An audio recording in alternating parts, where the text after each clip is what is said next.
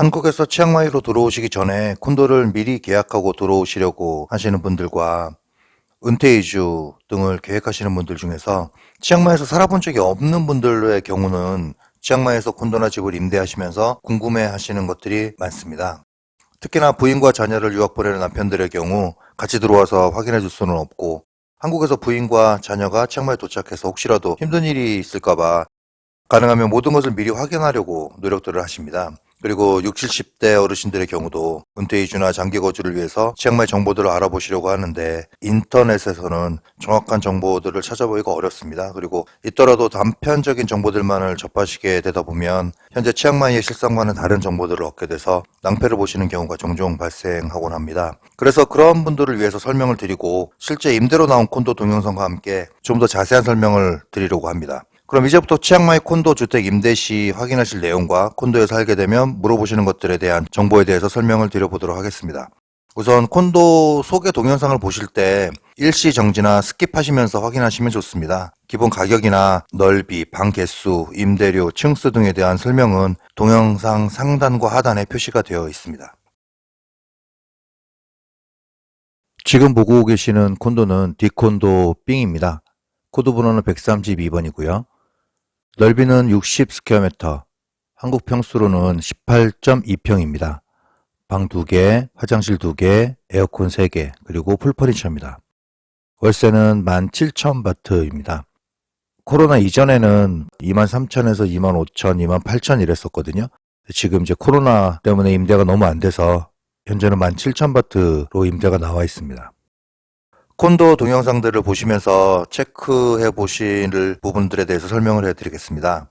집의 가구들은 어떤 것들이 비치되어 있는지, 에어컨이나 온수기는 설치되어 있는지, 침실, 주방 등의 살림살이들은 뭐가 있는지, 어떤 가구들이 있는지 확인하시고, 그리고 나중에 치앙마이에서 사야 하는 것들은 뭔지, 한국에서 뭘 챙겨야 하는지 등에 대해서도 확인해 보실 수가 있습니다. 침실이나 거실 또는 발코니에서 뷰를 반드시 확인하시고요. 뷰는 향도 확인할 수 있고 또 주변 소음도 예측이 가능합니다. 그리고 뷰와 층수가 임대료에도 영향을 미칩니다. 그리고 세탁기는 있는지, 또 방충망은 있는지, 동영상을 보시면서 위의 내용들을 확인하시고 나면 또 바닥은 또 어떤지, 벽 마감은 어떤지, 전등 조명은 어떻게 설치되어 있는지, 이런 부수적인 것들까지 다시 한번 확인해 보시기 바랍니다. 저희가 올려드리는 콘도 동영상이 다소 지루해 보이고 또 어떤 분들한테는 쓸데없는 부분들까지 촬영되어 있다고 이렇게 생각하시는 분들도 계시겠지만, 한국에 계시면서 임대 계약을 하시려는 실제 임대하실 분들을 위해서 저희가 촬영을 한 거라, 그래서 좀 꼼꼼하게 촬영하기 위해서 이렇게 편집해서 올리고 있습니다. 다시 한번 말씀드리지만 콘도 소개 동영상을 보시면서 일시정지 또는 스킵하시면서 보십시오. 그리고 가능하면 핸드폰보다는 컴퓨터 모니터로 확인하시는 것이 더 체크하기가 쉽습니다.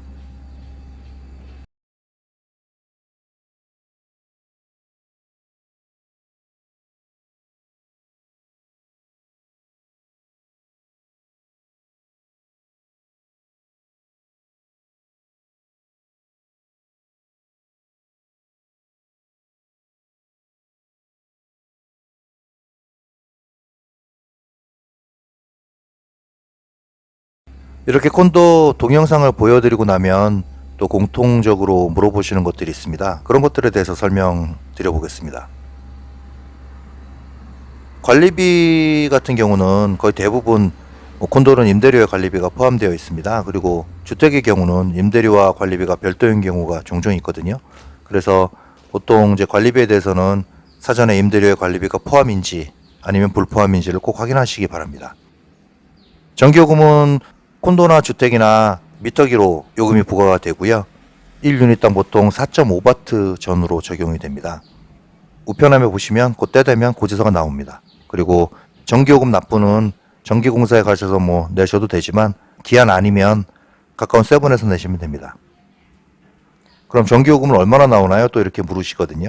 전기요금은 보통 이제 식구나 생활 패턴에 따라서 많이 달라지는데, 그냥 평균으로 말씀을 드려보면 그냥 2, 3인 기준으로 보통 1000에서 1500바트, 2000바트 내외 이렇게 나오는 게 보통입니다.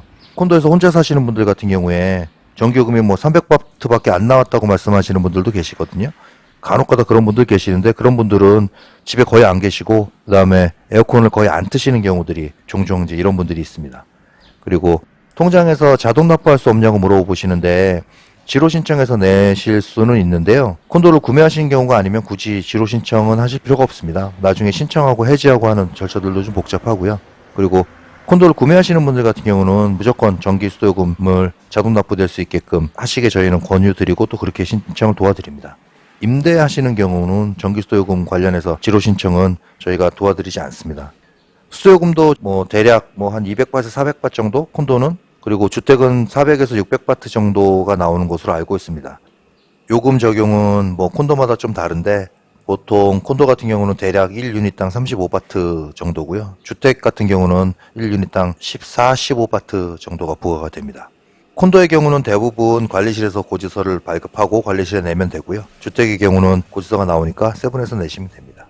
인터넷은 임차인이 직접 설치하셔야 하고요. 뭐 가끔 가다가 그 임대인들이 미리 돈을 내놓고 설치를 했다던가 아니면 그 전에 있던 임차인들이 신청해 놓은 게 있어서 그대로 연장해서 쓰시는 경우들이 있거든요. 간혹 가다 그런 경우들이 있고 거의 대부분이 임차인이 직접 신청을 하셔야 됩니다. 인터넷 신청은 저희가 도와드리고 있습니다.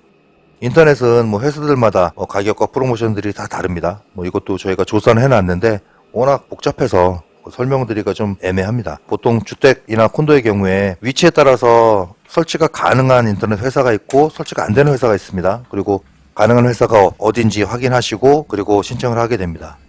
그 요금은 대략 뭐 한 450바트에서 700바트 정도고요. 뭐 속도는 보통이 한 1기가 정도고 인터넷 이용에는 크게 불편함이 없습니다. 인터넷 설치 같은 경우도 계약을 하시면 저희가 무료로 도와드립니다. 인터넷 설치까지. 그리고 외국인이기 때문에 1년 계약할 때는 보통 선불로 요금을 내야 하고요. 그리고 회사들마다도 조금씩 조건은 다른데 인터넷 회사들마다 뭐 어느 회사는 한 달 이렇게 단기로 신청할 수도 있습니다. 입주 시에 임대인이 청소를 해주게 되고 계약 만료 시에 임차인이 청소를 해주게 됩니다. 그리고 청소비를 내고 나오는 경우도 있고요. 계약 만료 시에 청소비를 주고 나오는 경우에도 기본 청소는 해 놓는 것이 좋습니다. 계약 만료 시 집이 좀 깨끗한 상태에서 집 상태를 확인하는 게 임차인이 보증금을 돌려받을 때 훨씬 유리하게 작용을 합니다.